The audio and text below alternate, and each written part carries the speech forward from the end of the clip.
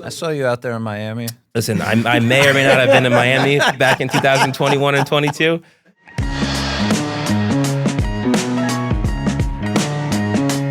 Welcome to Empire State of Grind, a podcast about the people building the next wave of tech startups in and out of New York City. Please be advised that the hosts of this podcast are practicing lawyers or other professionals in the tech industry, and that some of the guest employers on this podcast may be clients of the hosts. The information and content provided during this podcast are for informational purposes only and should not be construed as legal or financial advice, or as the positions or stances of the employers of any of the individuals. Thanks for tuning in to another episode of Empire State of Grind, the show where we learn about the people building the next wave of tech companies in and out of New York City.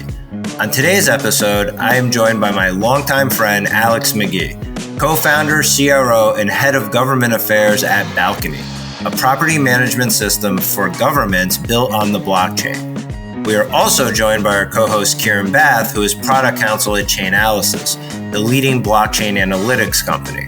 We will learn about the multiple current challenges Balcony is solving, the strategy Alex deploys in navigating governments as a customer, a traditionally difficult space, and why blockchain is the right technology to solve these problems. We will also discuss some general tips on selling and how to cultivate a winning culture. Let's do this. Welcome to another episode of Empire State of Grind. I'm here today. We have Alex McGee of Balcony, our co-host Kiran Bath. Alex, welcome. Thank you for having me. Really appreciate it. No, thanks for being here. So this is really cool because you and I have kind of a cool background, right? We've known each other for a while.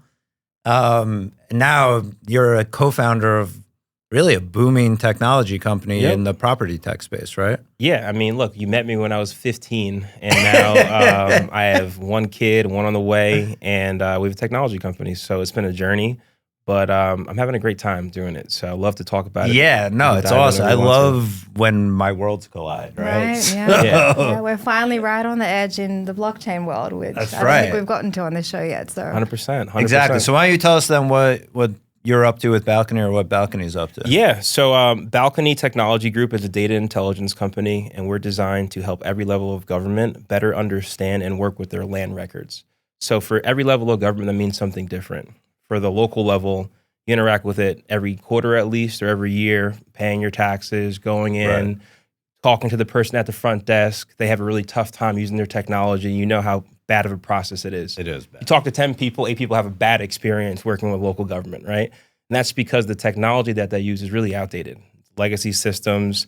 So Balcony really assists the process of application to certificate, analytics, and really showing what they don't really know or understand. Now, what does that mean?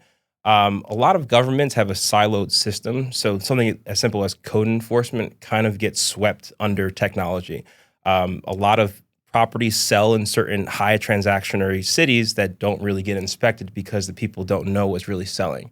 So a simple use case that we did when we first started in the town of Orange, New Jersey, is we built an API into their existing code enforcement system to get a foundational understanding of how many properties have like what's called a C of H or like a CO or like a move inspection, right? So an inspector comes, looks at the property, makes sure it's move-in ready. The problem is that they're relying on the voluntary, disclosure of sellers. So like good actors doing good things. Right. Right. That's a good point. So you have to come in, fill an application, pay a fee, and be a good guy in the process.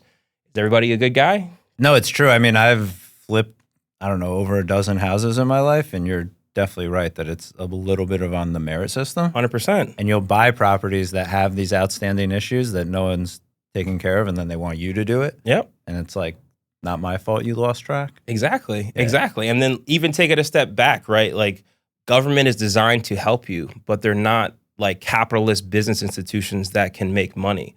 And a lot of times they're underfunded and they have to cut people. But when you look at how people are taking advantage of the system, so in Orange's case, 2/3 of the properties that were selling in the city didn't file for a C of H. So think about it. Every application has anywhere from a $250 to $1,000 fee associated with that. And that's if you are right the first time. If you are a bad actor and you don't do it, you can get fined up to $2,000. So in 2024, they've had over 100 properties that don't have a C of H. So they're missing out on theoretically 6 figures of revenue by merging 2 systems. And just for the audience who's not as real estate knowledgeable, C of H is certificate of habitability, right? And literally no one's supposed to live in the unit until you have one. Yeah. Right. And most places have some sort of regulatory authority to protect tenants. Yeah. Right. And as a building owner or as like a person that interacts with government, you're supposed to have certain certificates when you have people living in your house or when you're selling your house to somebody else. But most things happen in the private market, so things don't really get to that person's desk because they don't have visibility, right?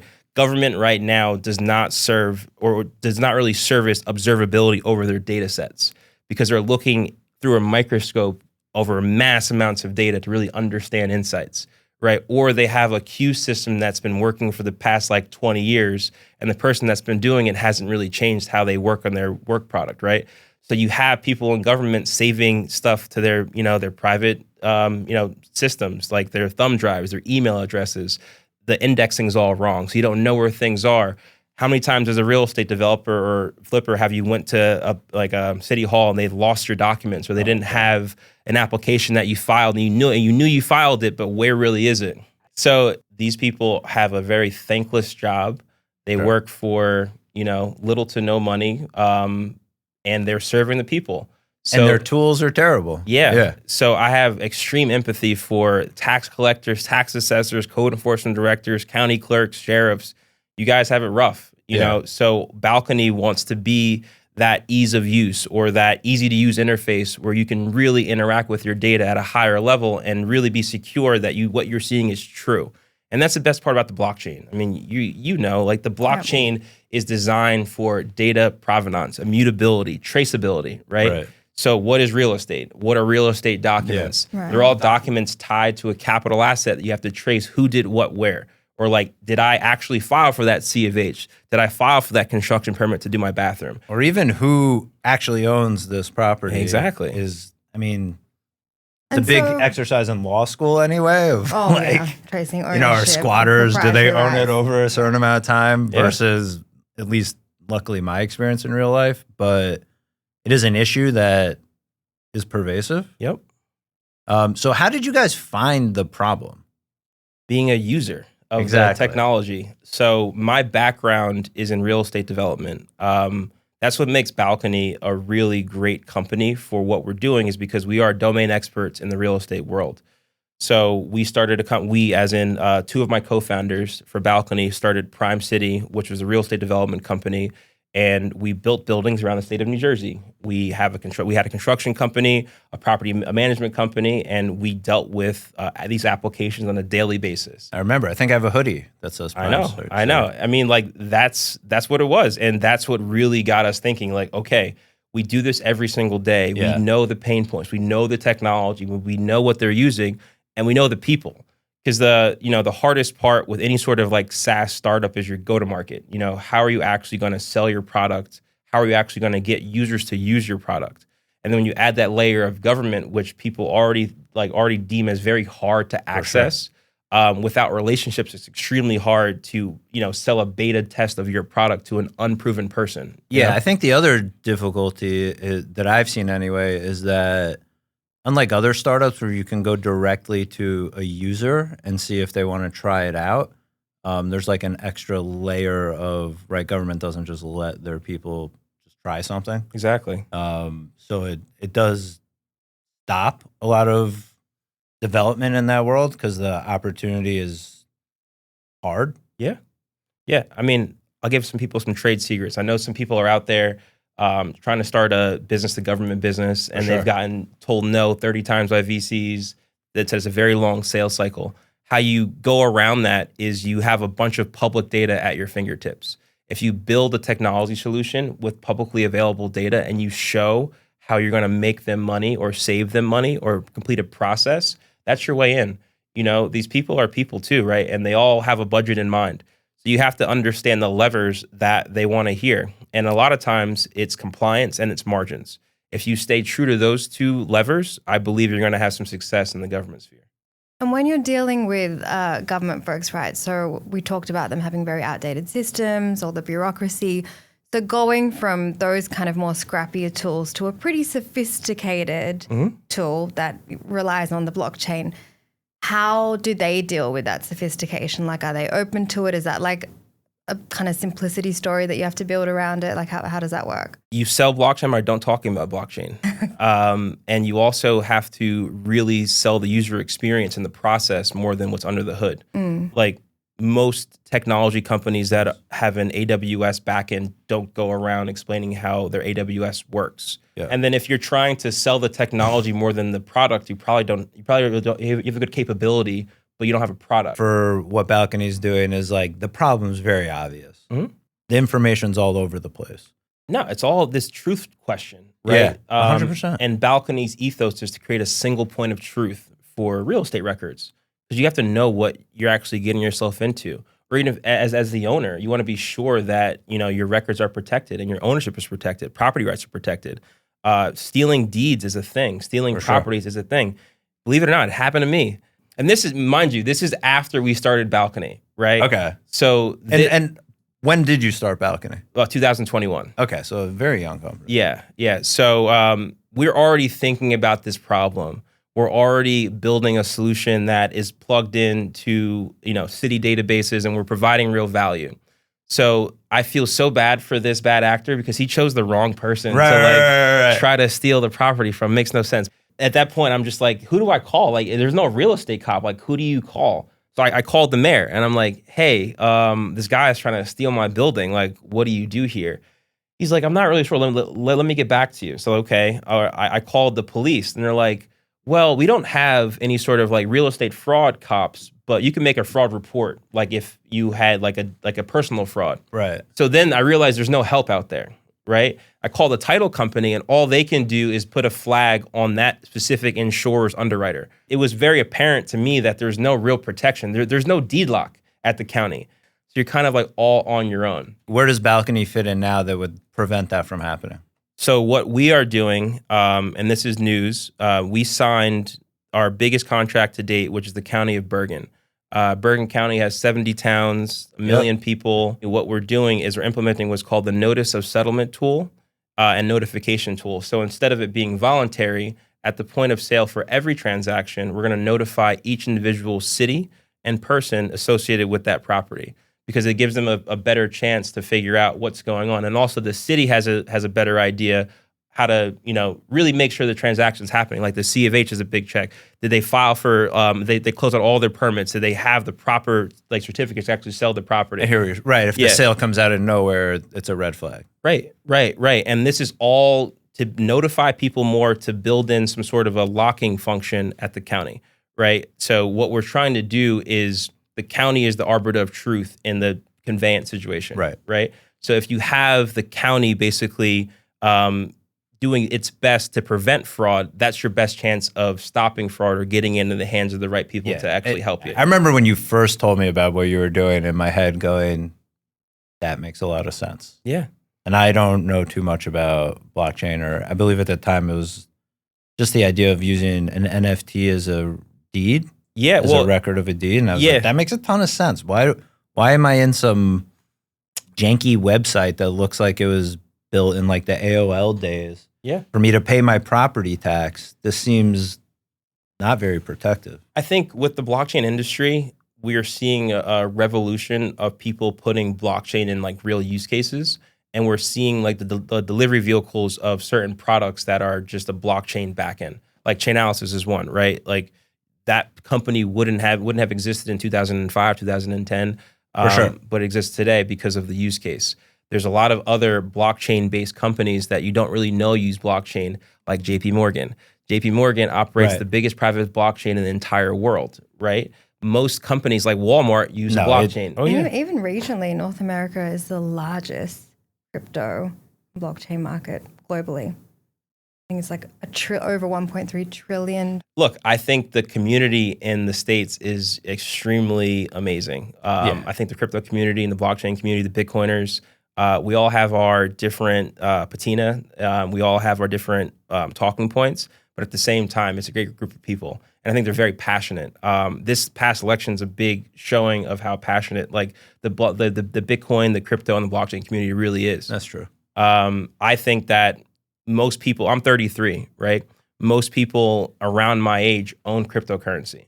That's a fact, right? My daughter is going to grow up in a world where Bitcoin and Ethereum and Solana are common as the euro, the yen, and the dollar, right? That's a totally new paradigm shift that no one has prepared us for. That's true. Because even when I first got into crypto, right, or blockchain, I should say, crypto and kind of financial assets was the first obvious kind of thought. But the real more compelling use cases were things like smart contracts and using that ledger to record property transactions. For sure. Yep. But people were thinking, we don't know when that's even going to happen, or that people are going to become, alive to how useful that is. But these are the more real world, tangible examples that actually do make blockchain very relatable. Or like stable coin is probably going to become, more and more accepted. And we can imagine a day where we're now paying for coffee using stablecoin, sure. right? And merchant fees and intermediaries are not a thing. But you're right, it's happening faster than you think. What I think is interesting is I totally agree. We'll probably have that in the next couple of years. That's what I think is cool is you guys are doing something not just with it, but that almost like it's obviously it's not specifically designed to help you, but it almost seems like it, right? Like it's perfect for keeping a record. If you like transparency, it's for you, right? like I don't know how better to sell blockchain. I mean, it speaks for itself. We want to live in a world where I don't have to trust what I'm seeing. I know it's truthful because of consensus, or I know it's truthful because of provenance or traceability. I think we are all smarter as a species with research and understanding what's fake and what's not. We all have parents. How many times does your parent send you a video of like some fake AI stuff, and you're just like, this is not real? Like, dude, I dress up as Santa Claus and, trick all my little cousins every year. I know. So I get it. Yeah. I mean, look, like Facebook has a lot of interesting things on it that's not always correct. So I think there's going to be some sort of way for us to prove truth in the future, because as, AI gets better, as deepfakes get better, that truthfulness is going to matter. Where it matters a lot right now, most people's most prized asset is their home, right? The single family home is the primary way how Americans most people's create biggest wealth, asset, right? Yeah, for sure. So it's interesting that the technology that supports or defines that is one of the oldest, older than me. Yeah. COBOL is a coding language that was built after the advent of computers in the 60s. That's still being used by most governments from legacy systems to secure data sets. Crazy. And what does COBOL mean, right? And disclaimer, I'm not the tech guy, but I've gotten... Well, you sound like it. Yeah, like I've been in my fair share of meetings to understand what our technology does. So COBOL, when you look at the export of like what you actually get, it's a bunch of zeros and ones in weird places. Right, you have an Excel file that doesn't make any sense, and you're just like, how do I make sense of this data? So think about that, and then think about all the different technology companies that also have a scrambled COBOL data set that work in your state. So when you get all these inputs in, how do you really make sense of what's going on? So how Balcony works, we built these data ingestion pipelines to legacy systems. We then standardize that data in our database, and at the same time, we secure that on our layer one, right? We're on Avalanche. So Avalanche provides for private blockchain for government use. Public blockchains, in my opinion, don't meet muster for government security needs because you don't know who's validating your transactions. Versus if you had a private or a permission blockchain, you really know who your validators are, right? So that being said, everything is then secured on our blockchain. So then you have that data provenance traceability, and then at the same time, our Postgres database pings our front end, which has the screen of whatever module or asset registry they want to see. Why this matters is because if we're able to standardize different data sets over different providers, we can provide insights that don't really have right now, right? You smash two pieces of data together and you get some answers, right? I call it a story. You have to make your data tell a story for the benefit that what you're trying to get. And that's really what works for local government, because when you overlay that model on a lot of different systems, you provide that observability layer that they're really looking for. And it's also investigatory, right? Is that a word? Investigatory? It is a word. Okay, cool. So most towns don't know everything about their city. Something as simple as how many properties have sold in any given month. A lot of times they don't have like a clear answer because their technology doesn't allow them to search how you would think it would, right? So when you start to create these logic trees around municipal data, you come up with a lot of interesting insights. And then when you have a good user experience, that's the ERP version of the product, right? Most governments want everything all in one. Application, certificate, compliance, analytics, everything in one spot. The issue is that the solutions that they're getting right now don't meet muster to the problems that they're facing. So a lot of people are having their own Excels or their own side, databases because their existing systems don't let them do what they want to do. They're building their own thing to solve the problem, and then that doesn't scale across different municipalities. Exactly. I think all the government companies that service New Jersey outside of mergers were founded before I was born, and they're all still working in the same cities. We're going to take a short break to hear from one of our sponsors, but when we come back, we'll learn about the unique challenges Balcony faces selling to governments, what that landscape looks like versus selling to commercial enterprises, and how Alex navigates this notoriously difficult market. We'll also discuss some tips for connecting with customers, especially with complex technology products. This episode is brought to you by NextGen Law. NextGen Law supports today's modern tech companies, bringing expertise in drafting and negotiating customer contracts and scaling of go-to-market legal functions. For more information, visit nextgenlaw.com. That's NextGenLaw with hyphens in between each word.com.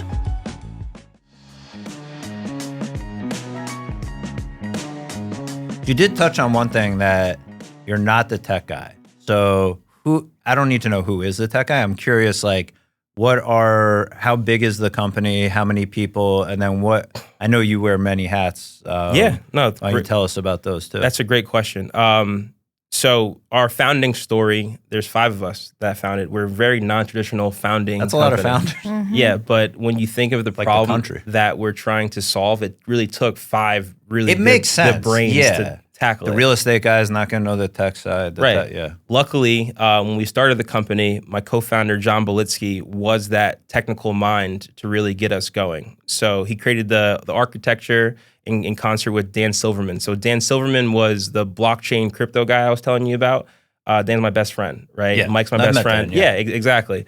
So between Dan and John, we really had what we needed to get going on the technology side. And mind you, when we first started, we were called Balcony DAO, right? So I started, I'm like kind of an OG in the crypto space. We started off as a company that was designed to create this community of people who wanted to invest in real estate, and we were going to raise money using Reg A, Reg CF, Reg D, securing that all with tokens, but having like real properties to represent your ownership, right? That was the initial idea. While we did that, we built a really great real estate tokenization engine that really had no customer, right? Because when you think about it— That makes sense, yeah. Who cares about the history? Who cares about it other than the fact that you have this engine to do something, but how do you package that engine in a SaaS product to actually create a business around? Yeah, it makes sense. Because that's when a lot of these DAOs were starting, and DeFi summer happened, and a lot of people made a lot of money and a lot of mistakes, right? That's just what— I saw you out there in Miami. Listen, I may or may not have been in Miami back in 2021 and 22, but that's why I see. It's funny you say that, because now I see everybody that I saw back then, but they're wearing a suit today. When I saw them back then, they didn't have they were all undoxed people. Crypto blockchain was a very Twitter undoxed world where you had a bunch of Telegram chats, and you got invited to Telegram chats and Telegram chats and Telegram chats to figure out your community. But that was our origin story, right? The crash happened. Terra Luna crashed. The crypto market was going crazy. SBF went to jail. Blockchain and crypto became this pariah talking to people, right? And that's when we really had the eureka idea, in the bottom of the bear market. It's that's when you build. For sure. And the crypto best winter is when you opportunity. build. Yeah, exactly. When everybody's running away, that's when you double down and you're like, okay, how do I figure this out? So the answer really came, I remember it clear as day. We went down to Dan's house in Florida. We had a big like all hands company, I wouldn't call it a retreat. It was just like a meeting like, hey, we got to like really figure this out because what we initially thought wasn't working. And then we had this idea of like really introducing blockchain to the governments in a digestible format that we called an asset registry. And we utilized our real estate relationships to get meetings with business administrators and mayors, not just to sell a product, but to learn, right? Yeah. You know, let me drive your system. Let me figure out your pain points. I figured out that iteration model through my research to Palantir. So Palantir is a big government technology company, for those who don't know, and they have a thing where they forward deploy their engineers on site, right? And why that's important is because until you really feel the technology on site and really feel people's pain, you don't really get how to architect a solution around it to really help them. Yeah, exactly. And then you have to iterate quickly, right? Like if you want to iterate fast, it's like 2 weeks, a month of sprints to give the client what they want. And then when the client has that trust built up with you of, hey, they're actually receptive to what I'm talking about. And then internally, you have to walk the line of being a service company versus a product company. And that's extremely hard to do at the startup stage. Because you want sales and you want to work for everybody, but not everything is scalable, right? So you have to pick what technology that you're building on the back end applies to a lot of use cases on the front end to really expand. Agreed. You can't build everything for everybody. No, is what you're saying. No, and then you have to be honest with yourself and your team on your current tech capabilities. You know, if you're trying to architect a solution that's 3 years out, and you have to not, how you have to get revenue to get make that 3 year point. What you're talking about is called road mapping, right? So Yes. customers want to see a lot of times when they're buying a product from a newer company or growing startup is like, where is this going? Because they might be more willing to jump in early before they have the whole fully baked product they like if they see that you're on the road to this. Correct. You have to be able to deliver capabilities during your roadmap because that's like the hack, right? To provide value building to X, along the way, we're going to hit these hurdles. And these hurdles are going to affect your business X, Y, Z, right? With the government, the hurdles are sometimes just people, right? Like it's a big people conglomerate. Yeah. So you have to basically weave your way through and then provide a win scenario for everybody. How I work and how I negotiate is you have to literally empathize so much with your counterpart to where you want to provide them a win, right? And then when you have that alignment, you're trying to get to that's right as opposed to yes, right? Because if it's a that's right, then you kind of know the use case. Yeah, I totally relate to what you're saying. Yeah. I think for the audience, it's tell me if I'm wrong or if I'm saying it right, I guess, and I think you see a lot of people make this mistake early on is that you think that what you want is a sale and what you really want is alignment on a vision. Yes. Because the sale comes as part of that, but just selling something doesn't build that trust that is a longer term, more beneficial relationship. Exactly. And, you know, as a startup in the government space, you're also fighting the headwinds of legacy competitors. Yeah. Right? I was literally just going to bring up competitive pressure. I was like the other voice and sometimes the phantom voice in the room, and maybe you're submitting for tenders or maybe you're just pitching blind, but sometimes your customers or prospects will say, well, so-and-so can do this or so-and-so did that. And sometimes that's distracting, right? But sometimes it's strategic and useful. So I guess, I would love to hear your perspective around competitive pressure. I love it personally because it lays the like in New Jersey, I'll just speak about New Jersey for a second. The competitive landscape of government technology is like 6 companies, right? So when you understand the capability of 6 companies, no matter if I know the room or not, I know you use one of the 6. And then I know what I'm offering you is either a bolt-on or a replacement specific to how your brain is going to like really receive it. So then it's not a question of, hey, I like this guy. It's like, why do I want to use you that is going to make me go back on my 20-year relationship with this person? Right. How can you provide value right now as opposed to I want to help out this new company, right? And when you look at it from a value perspective, you have to really compel the people to really believe by data. I can talk to you blue in the face, but if I show you how you're losing $200,000 with legacy systems, you probably want to take a look at it. But this is an interesting question here for you guys, because like, who are the competitors? I'd imagine you're pretty early in the innovation you're working on. But so it depends what kind of lens you want to view Balcony, right? If you view me as a government SaaS company, we have a lot of competitors.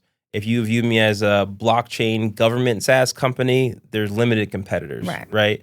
If you view me as an investigations company, a lot of competitors, right? Competitors working on this same problem? In a Web 2 sense, yes. Okay. Right. So there's a lot of... Gotcha. Like you could use it to solve this issue. Right. And my personal beliefs is that emerging technology like blockchain and AI are the future of how government should work. But people can have different personal beliefs of what use case or what technology that they use. For sure. Back on I like where we're going with the whole sales conversation a little bit.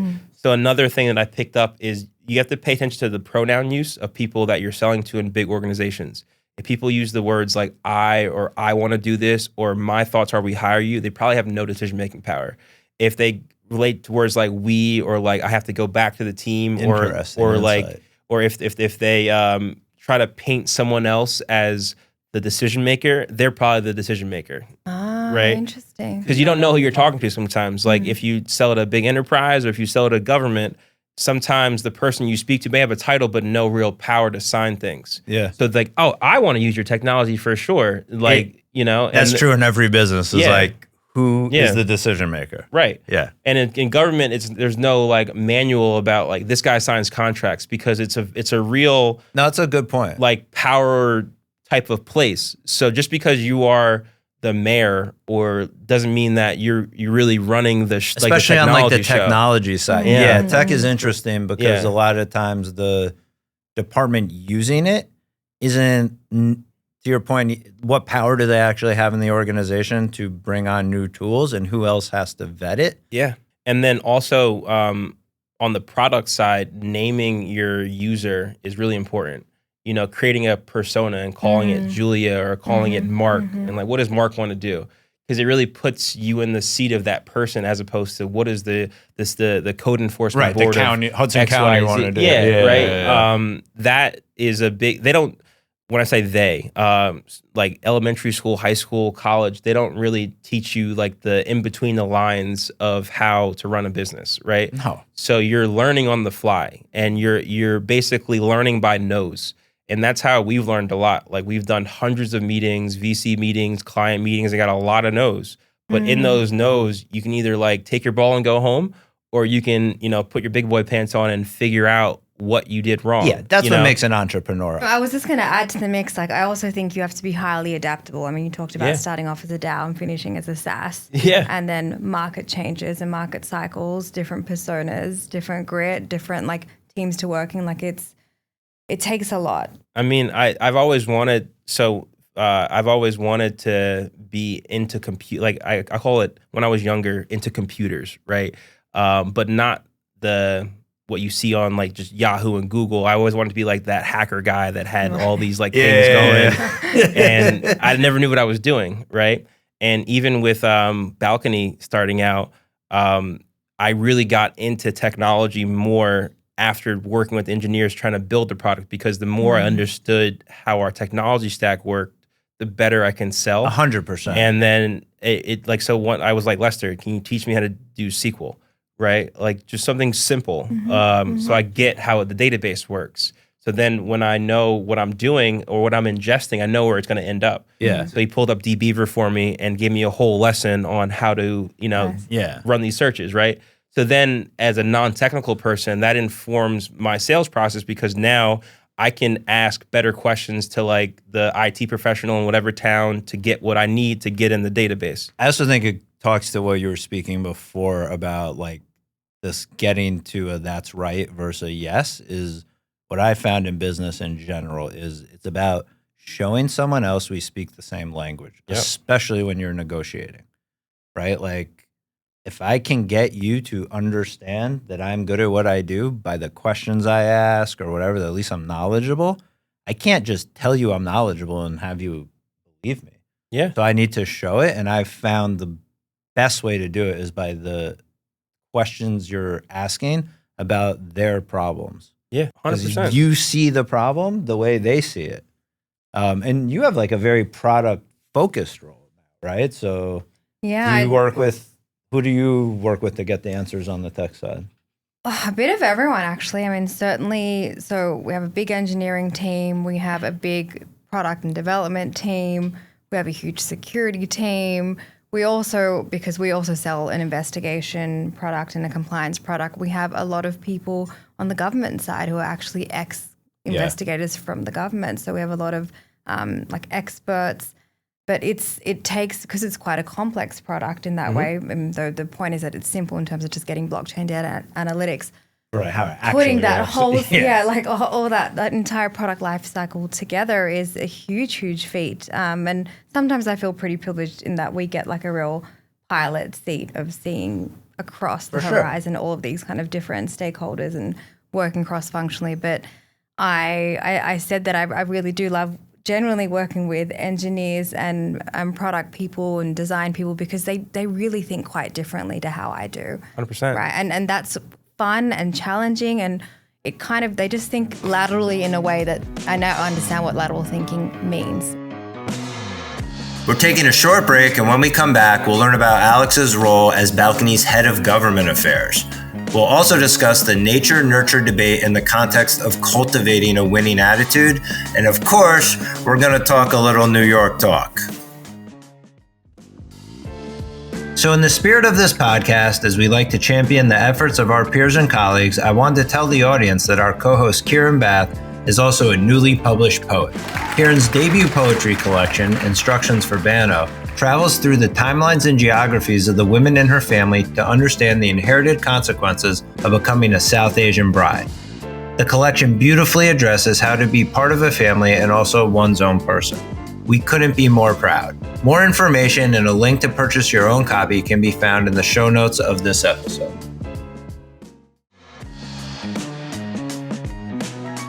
One of your other roles at Balcony is head of government affairs, right? Correct. So I see you are in like DC and other, right? I get around a little bit. So can you just talk a little bit about what you do in that role? It's something I love to do. So I was a poli-sci major in college, and I went to international relations nerd camp as a kid, right, at Georgetown. So I was one of those kids that was always fascinated by, current affairs and politics and government. And then fast forward to today. So at Balcony, we are selling into government. So with that, comes with a pretty big policy requirement with how to get your message out there, right? So you educate lawmakers on your use case and why it's important. And you do the education either on the Hill in DC, within agencies, or in individual states, for state senators, state representatives for certain processes. So over the past year, we've been going to advocate for blockchain solutions related to the tracking of foreign investment of agricultural land and foreign investment of land next to military bases. We actually got report language passed last year in the House of Representatives from our outreach, right? So, we retained a really good lobbying company called Holland & Knight. My lobbyist, Scott Mason, he's a great guy. Scott is like my bigger brother with DC and really taught me how the game goes down there and really helped me understand the levers of the House of Representatives and the Senate. Most people don't get that everything is public down there. You can walk in any building and ask for any meeting that you want without any sort of meeting. So tomorrow I can go to the Senate office building. Yeah, I'm not aware of that. And wait outside Rick Scott's office till he comes, and I can be like, hey, I think you should give dog licenses in Florida, and I can leave. And they're public servants, right? Yeah, and that's totally okay.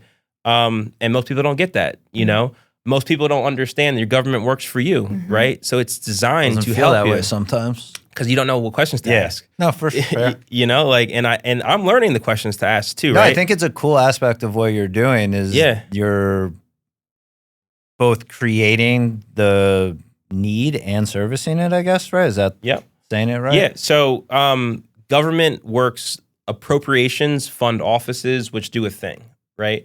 So most times in the House of Representatives, you are lobbying for funding for a specific office for a thing that you want to do. Okay. Right. And that thing could be I want to open, betting in certain states. I want to do something related to clothes. I want a subsidy for airlines, whatever your thing is. So every company in America, or most companies, have lobbyists that talk to Congress about the thing that they want funded, and then they make the case in whatever issue of the day that person cares about. So for instance, with Balcony, we were initially trying to innovate the General Service Administration as well as the Department of Interior. So we looked at that as like America's landlord, right? The GSA owns every federal building. DOI owns the land below the surface. So that's like above and below. That's all of America. We've realized that that's just part of it. And most people don't really care how the GSA, indexes their real estate in Congress. They know it's a problem, but they don't really care as much as, national security issues. Okay. So I was like, okay, like the first couple of times down to DC, you talk about, I want to innovate the land system, I want to do this.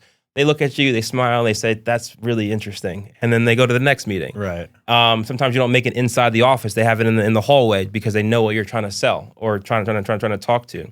And then there was a case in Wyoming where there was an instance where CFIUS, which is an organization that looks at foreign investment inside of America, rescinded a real estate transaction that was owned in part by the CCP, which was next to a military base. First of its kind in the whole entire year.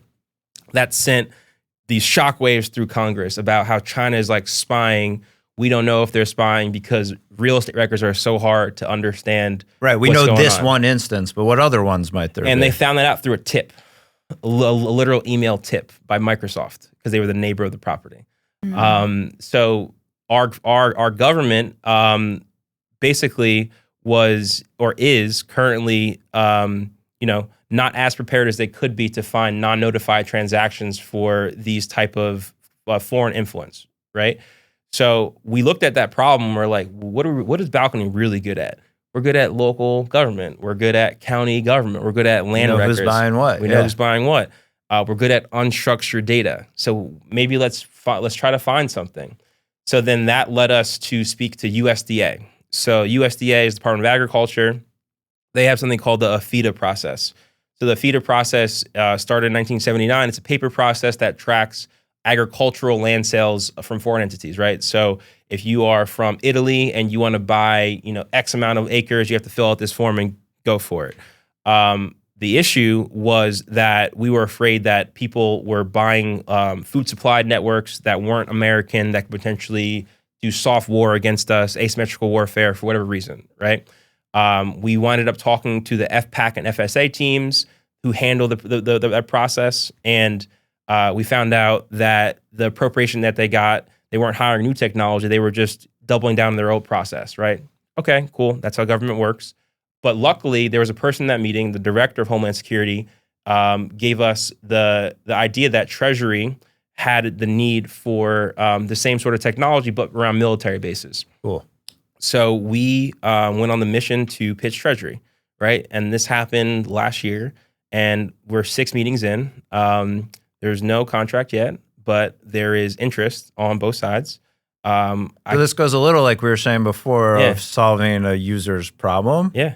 I guess the difference, right? The user is the government, and there's no contract in place yet, but obviously the incentive's national big security enough to be there, right? So before we get out of here, there's 2 kind of like little segments we like to do. One is tied to New York City. We're a New York City podcast. Like, what are your feelings about New York? What do you think makes this city so special?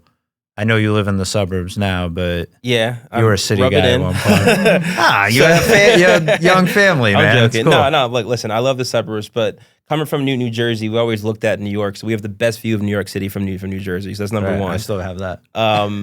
Number 2, there's I'm outnumbered here. I'm not going to say it. There's nothing like it. The energy is unmatched. The amount of people and flavors of people and intelligences that you find in like just this little area is crazy. I had a lot of coming of age experiences in New York, from working in real estate industry to, dating my now wife, a lot of real ties to the city.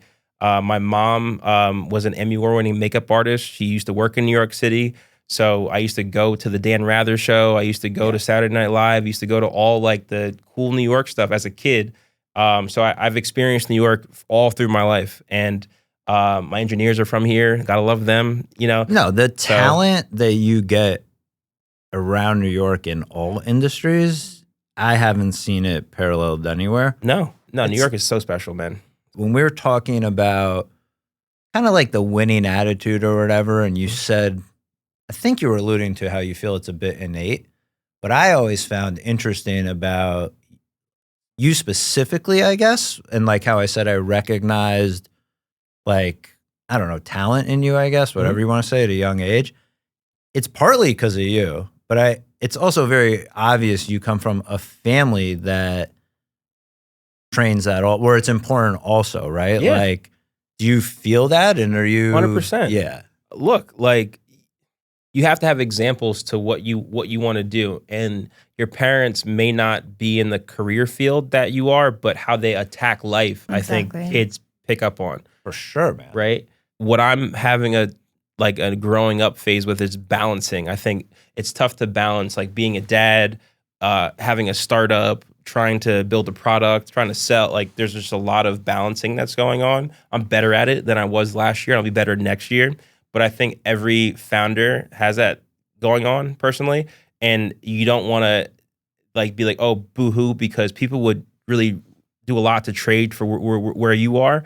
So it's like kind of like a tough thing sometimes to like internalize that, but not let it affect you. It's a weird thing too. I think I can identify with it a bit. And like you're saying, see it in other founders is it's a duality of like you're hard on yourself. Yeah. That's what drives you to be successful. So you don't really want to train it out, but what my advice is, or what I've tried to work on, is just being kinder with yourself, that you're never going to achieve some perfect stasis of all these things. But the fact that you're trying is usually what differentiates who's doing well at these things versus who isn't. Like, I found, this is in parenting, I tell people all the time, I don't have kids, so it's like very, I think, easy for me to see from the outside that the people who are concerned if they're good parents inevitably are good parents. Because you're worried about if what you're doing, you're thinking about, and what I'm doing right. There's no perfect guide to parenting. There's no perfect parent. No. So those who are concerned about it are doing a good job. It's the ones who are not concerned if they're doing a good job that maybe you're not. Do you know what I mean? Yeah, dude, I ask my 4-year-old daughter every day, like, am I doing a good job? Like, am I a good dad? Do you like me? Do you like me? But no, like I agree with everything you're saying. I do want to mention though, I forgot to mention one person. I was shouting at a lot of people from my team. One of my other co-founders, Mike Rachel, he's the CFO of the company. He's the glue. So like I was saying, that 5 brains, you need it to kind of get to where you are. For sure. My vision for Balcony is, back to that winning mindset. It's to provide real value for people, for our country, for local governments, or for county governments. And we can, and we're willing to help. So thank you for having me. Really it's been amazing, man. It's really cool to have seen you this far in your journey, and can't wait to see what's next. So awesome. Thanks for joining us, and we'll see you guys next time. Thanks for tuning in to this episode of Empire State of Grind. If you like what you heard, please share, like, and subscribe. You can find more information about the guests and sponsors in the show notes, and special thanks to our sponsors and our producer, Brian Neiman. We'll be back with new episodes twice a month, and as we say in New York, peace, we out.